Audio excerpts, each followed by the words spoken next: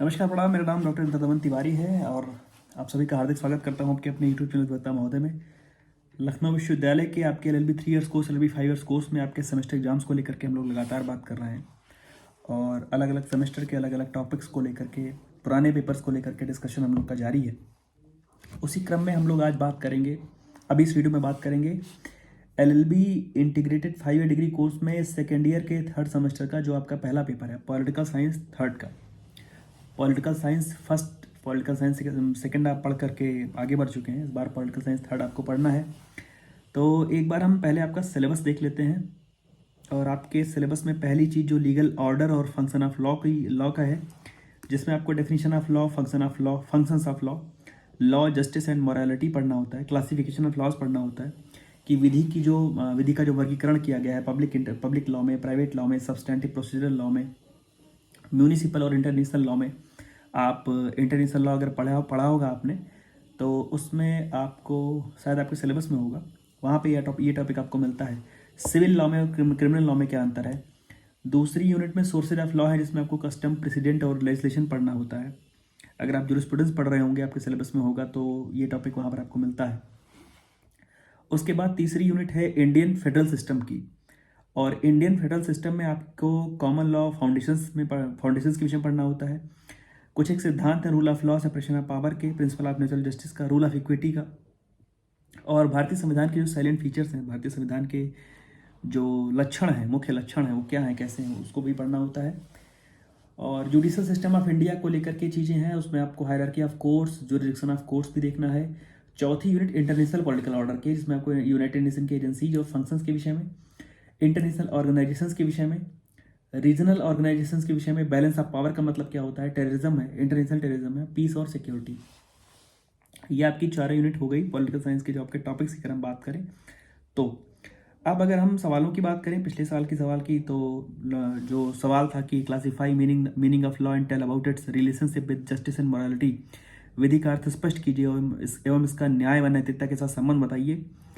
Custom को लेकर के, कस्टम एंड कन्वेंशन को लेकर के सवाल था, और सवाल पूछा गया था कि differentiate between custom and conventions, explain reasons for the survival of conventions in UK. सवाल था कि सुप्रीम कोर्ट के जो जुडिशियल रिव्यू का जो पावर है उसको लेकर के सवाल पूछा गया था।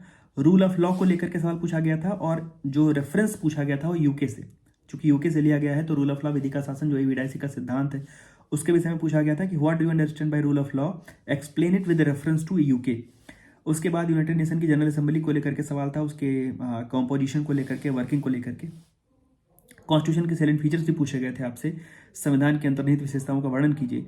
G20 को लेकर के सवाल पूछा गया था, express your views on the success of G20 with special reference to its conference organise in India. ये वो समय था जब G20 इंडिया में ऑर्गेनाइज की गई थी, और चूंकि वो बहुत उस समय ज्वलंत मुद्दा था, कहें तो चर्चित विषय था, तो उसको लेकर के सवाल आपसे पूछा गया था। इंटरनेशनल टेररिज्म पर आपसे कैसे पूछा गया था, उसमें आपको एक निबंध लिखना था। और सेपरेशन ऑफ पावर का जो सवाल आया था वो इस प्रकार से था कि discuss separation of powers, its meanings and concept as described by Montesquieu by giving example of USA. और सिविल लॉ को लेकर के सवाल पूछा गया था कि write about meaning of civil law, civil law का मतलब आप क्या समझते हैं। What is the distinction between civil law and criminal law, explain. दीवानी विधि का अभिप्राय बताइए, दीवानी विधि और फौजदारी विधि में क्या अंतर है, व्याख्या कीजिए। तो दो चीज़ें इसमें, पहली चीज़ तो जरूरी आपके लिए ये है कि जो भी कंसेप्ट जहाँ से लिया गया है वहाँ से, मैं बार बार कहता हूँ कि अगर कोई डॉक्ट्राइन है, कोई सिद्धांत है, कोई प्रिंसिपल है, जिसको हमने किसी अन्य देश से फॉलो किया है, लिया है उसको, तो जब हम अपने यहाँ के दृष्टिगत, अपने यहाँ को ध्यान में रखते हुए उसको पढ़ रहे हों, तो एक बार उसके रेफरेंस में जरूर पढ़ना चाहिए, उस देश के रेफरेंस में जहाँ से उसको लिया गया है। तो थोड़ा चीज़ें थोड़ी आसान हो जाती हैं, और चीज़ों पे जो हमारी समझ है, हमारी जो पकड़ है, वो और बढ़िया हो जाती है।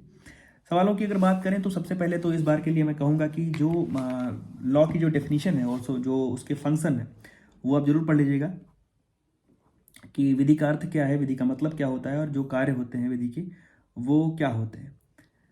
और आगे हम जब बढ़ें तो जो जस्टिस को लेकर के सवाल, जस्टिस को लेकर के जो आपका टॉपिक है, जस्टिस को लेकर के आपका टॉपिक है, और उसमें जस्टिस का मॉडर्न टाइम्स में क्या क्या मतलब होता है, और उसके प्रकार क्या क्या है, जस्टिस को देने के प्रकार क्या क्या है। और हम जब आगे बढ़ते हैं तो जब हम लोग सोर्सेज ऑफ लॉ पढ़ रहे हैं तो सोर्सेज ऑफ लॉ आपके लिए इंपॉर्टेंट है, और सोर्सेज ऑफ लॉ में आपको कस्टम के विषय में कभी कभी ऐसा सवाल पूछा जाता है कि सोर्सेज ऑफ लॉ के विषय में बताइए, या कस्टम को विधि के एक आवश्यक स्रोत के रूप में कस्टम के विषय में बताइए कि एक रूढ़ी कब वैध मानी जाती है, या एक वैध रूढ़ी किस प्रकार से कानून मानी जाती है। तो कस्टम, प्रेसिडेंट, लेजिस्लेशन, तीनों चीज़ें आप कायदे से पढ़ लीजिएगा। और प्रेसिडेंट आप जरूर पढ़ लीजिएगा। प्रेसिडेंट आपके लिए बहुत जरूरी है, तो प्रेसिडेंट आप कायदे से पढ़ लीजिएगा कि जो इंपॉर्टेंस है उसकी प्रेसिडेंट की एक डेमोक्रेटिक स्टेट में, डेमोक्रेटिक सेटअप में वो क्या है, उसको आप देख लीजिएगा। उसके बाद हम आगे बढ़ते हैं तो जो लेजिस्लेचर के द्वारा जो लॉ मेकिंग प्रोसेस है, विधि के निर्माण की जो प्रक्रिया है वो आपके लिए जरूरी है, उसको भी पढ़ लीजिएगा लॉ मेकिंग प्रोसेस के बारे में। Separation of power, rule of law, principle of natural justice, ये सारे के सारे प्रिंसिपल आपके लिए जरूरी हैं। पिछली बार मुझे लगता है रूल ऑफ लॉ से पूछा गया है, तो सेपरेशन ऑफ पावर्स को स्पेशल रेफरेंस में यूएसए के द्वारा देख लीजिएगा। प्रिंसिपल ऑफ नेचुरल जस्टिस में रूल अगेंस्ट बायस है, ऑडियल टर्म पार्टम है, उसका क्या मतलब होता है, क्या अर्थ होता है, कायदे से पढ़ लीजिएगा। वहाँ पर केस लॉज भी आपके लिए जरूरी है, केस लॉज भी देख लीजिएगा। आपके लिए जो टॉपिक अगला है उसमें जो हायरार्की ऑफ कोर्ट है, जुडिक्शन ऑफ कोर्ट है, वहाँ पर आप थोड़ा सा, चूंकि जुडिशियल रिव्यू पिछली बार पूछा जा चुका है, तो आप एक बार आर्टिकल 32 और आर्टिकल 226 के विषय में पढ़ लीजिएगा, उसका एक तुलनात्मक अध्ययन कर लीजिएगा। आर्टिकल 32 में सुप्रीम कोर्ट में जाने का फॉर योर कॉन्स्टिट्यूशनल रेमेडीज, और आर्टिकल 226 में हाई कोर्ट जाने का, दोनों में किसके पास शक्ति अधिक है रिट के जुरिडिक्शन के मामले में, वो चीज़ जरूर देख लीजिएगा। और जब हम लोग हायरार्की की बात कर रहे हैं तो district court, high court, supreme court, जो एक हायरार्की हमारे यहाँ पर है न्याय के एडमिनिस्ट्रेशन ऑफ जस्टिस का जो व्यवस्था है, उसमें जो जिले स्तर की व्यवस्था है, प्रदेश स्तर की, स्टेट लेवल की व्यवस्था है, और केंद्र स्तर की है। तो उन तीनों के विषय में समझ लीजिएगा। और आपसे पिछले वर्षों में चूंकि डिस्ट्रिक्ट कोर्ट को लेकर के पूछा गया है, तो उसको भी विशेष रूप से तैयार कर लीजिएगा। किस प्रकार का सवाल आया था कि write an essay on the working of district जज इन इंडिया, भारत में जिला न्यायालय की कार्यप्रणाली पर।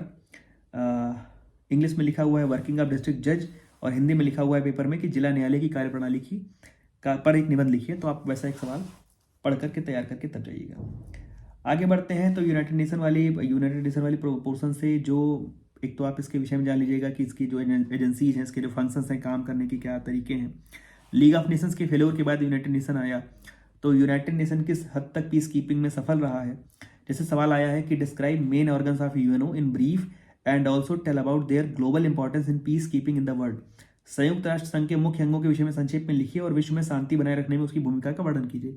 कि जो संयुक्त राष्ट्र है वो लीग ऑफ नेशन की फेल होने के बाद आया, तो उसमें सफल हुआ कि नहीं सफल हुआ, वो कुछ विशेष महत्व की चीज़ें ला पाए या नहीं ला पाए। बात करें अगर अगले सवाल की, तो पार्लियामेंट का जो कॉम्पोजिशन है, लोकसभा राज्यसभा का जो गठन है, जो उसकी जो संरचना है, उसको लेकर के भी सवाल आपसे पूछा गया है कि discuss composition of parliament in India and also tell relationship between the parliament and president. इस भारत में संसद के गठन की विवेचना कीजिए, और राष्ट्रपति एवं और जो संसद के मध्य जो संबंध है वो क्या है, किस प्रकार का है, उसको भी बताइए। उसके बाद हम अगर आगे देखें तो जो सवाल आपके लिए जरूरी सवाल आपके लिए है, उसमें यूनाइटेड नेशन की एजेंसीज को लेकर के हम लोगों ने बात कर ली है। अब जो संगठनों की बात करें, रीजनल ऑर्गेनाइजेशन है, इंटरनेशनल ऑर्गेनाइजेशन है, इसमें आपके पास एक सार्क और ब्रिक्स, और एक चीज़ आप भी इस चीज़ को गौर कर लीजिएगा कि अभी हाल में अगर कोई इंटरनेशनल ऑर्गेनाइजेशंस का या कोई रीजनल ऑर्गेनाइजेशंस का कोई बड़ी समिट हुई है, कोई बड़ी बैठक हुई है, चाहे वो जैसे पिछली बार शायद G20 आया था, तो उस तरीके से अगर किसी G7 देशों की, सार्क की या ब्रिक्स की अगर कोई ऐसी बड़ी बैठक हुई है, ओपेक देश है, तो वो पूछे जाने की उम्मीद रहती है। सार्क आप पढ़ लीजिएगा, सार्क के विषय में कायदे से पढ़ लीजिएगा। और टेररिज्म जब आप पढ़ रहे हैं तो इंटरनेशनल टेररिज्म का मतलब क्या होता है, कैसे उससे विश्व परेशान है, कैसे जूझ रहा है, इन सभी चीज़ों को देख लीजिएगा। तो लॉ के फंक्शन की बात हम लोगों ने करी, डेफिनेशन की बात करी, जस्टिस, मॉरलिटी और सोसाइटी में क्या लेना देना है उसकी बात करी। और जब विधि के जो लॉ के हम लोग विभिन्न प्रकार पढ़ते हैं, सब्सटेंटिव, प्रोसीजरल लॉ है और म्यूनिसिपल लॉ, इंटरनेशनल लॉ में इस प्रकार का रिलेशन है या अंतर है, उसको देखा आपने। सोर्स ऑफ लॉ की हम लोगों ने बात करी, उसमें कस्टम, प्रेसिडेंट, लेजिस्लेशन आपके लिए तीनों जरूरी है। आगे हम बढ़ते हैं तो जो कॉमन लॉ फाउंडेशन है इंडियन लीगल सिस्टम के, जिसमें आप नेचुरल जस्टिस पढ़ रहे हैं, रूल ऑफ लॉ पढ़ रहे हैं, और हायरार्की ऑफ कोर्ट्स के विषय में पढ़ रहे हैं। और हम लोगों ने बात करी कि चूंकि डिस्ट्रिक्ट कोर्ट के बारे में एक बार पूछा जा चुका है, तो एक बार डिस्ट्रिक्ट कोर्ट के विषय में भी जरूर पढ़ लीजिएगा। और इंटरनेशनल पॉलिटिकल ऑर्डर की जब हम बात कर रहे हैं, इंटरनेशनल ऑर्गेनाइजेशन में और रीजनल ऑर्गेनाइजेशन में मुख्य क्या अंतर है, उसको भी आप एक बार देख करके समझ करके तब जाइएगा। तो इस प्रकार से आपका जो ये पॉलिटिकल साइंस थर्ड का पेपर है ये ठीक हो जाएगा, ऐसी हम लोग उम्मीद कर सकते हैं। तो ढेर सारी शुभकामनाएं आप सभी को। आपका जो भी अगला पेपर होगा उसकी वीडियो को लेकर के हम लोग जल्दी उपस्थित हो जाएंगे। तब तक जुड़े रहिए हमारे साथ। धन्यवाद, प्रणाम।